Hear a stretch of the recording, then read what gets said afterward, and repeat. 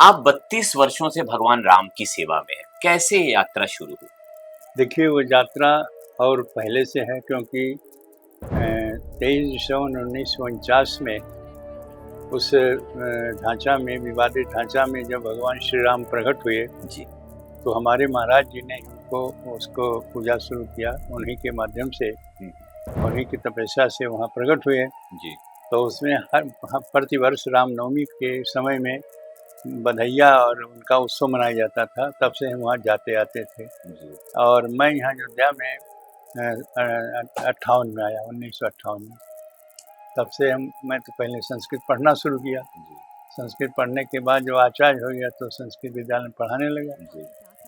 ये तो शिक्षा की रही बात। फिर हमने उसी समय क्या कहते प्राइवेट में भी हमने वेदांताचार्य किया, फिर एमए किया। जी। और यह संस्कृत विद्यालय में पढ़ाते हुए हमको कई वर्ष बीत गए। फिर बाद में हम वहाँ से सेवानिवृत्त हो गए जब हमारी मैं 7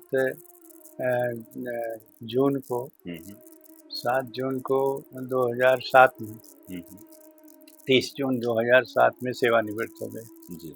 और रामलला के भी बहुत दिनों के बाद तब से रहा संबंध, लेकिन मुख्य पुजारी के रूप में यह हमको बाद में नियुक्त किया गया।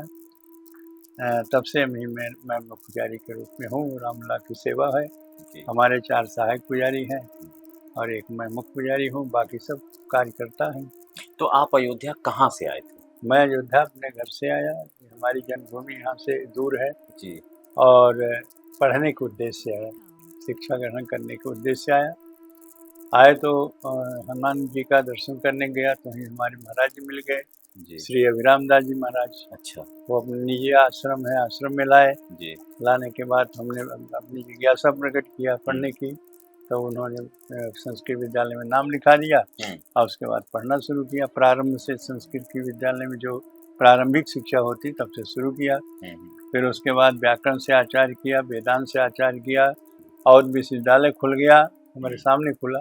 तो उसके बाद में हम वहाँ से एमए किया।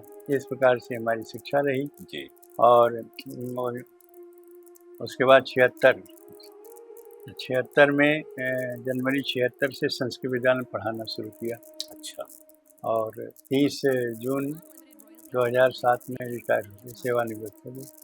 तो आपको इसका अंदेशा हो गया था कि आपको राम जी की सेवा मिलेगी जब आप? नहीं, हम जानते थे सेवा तो उसमें बदले जाते थे पुजारी। जी। और जो पुजारी होता था उसका जो जो इसके ट्रस्ट बनाया था ना, जी। ट्रस्ट के नाते एक रिसीवर होते थे। कोर्ट ने रिसीवर नियुक्त किया था। तो रिसीवर ही पुजारी को नियुक्त करते हैं। तो उस समय जब पुजारी हटते हैं तो दूसरे पुजारी खोजा जाता है और उनकी देखा जाती है कि योग्यता क्या हो और इस योग्य है कि नहीं। क्योंकि राम जन्मभूमि का वो मंदिर था, भले वो उतना भव्य नहीं था जी। लेकिन उसकी मान्यता जो आज है वो पहले भी रही। बिल्कुल। लोग दर्शन करने के लिए आते थे, प्रश्न भी करते थे, कैसे कैसे क्या हुआ उसका उत्तर देना पड़ता था। तो इस तरह से वो चला और अभी तक भी चल ही रहा है। मैं मुख्य पुजारी आज भी हूँ, पहले भी थे।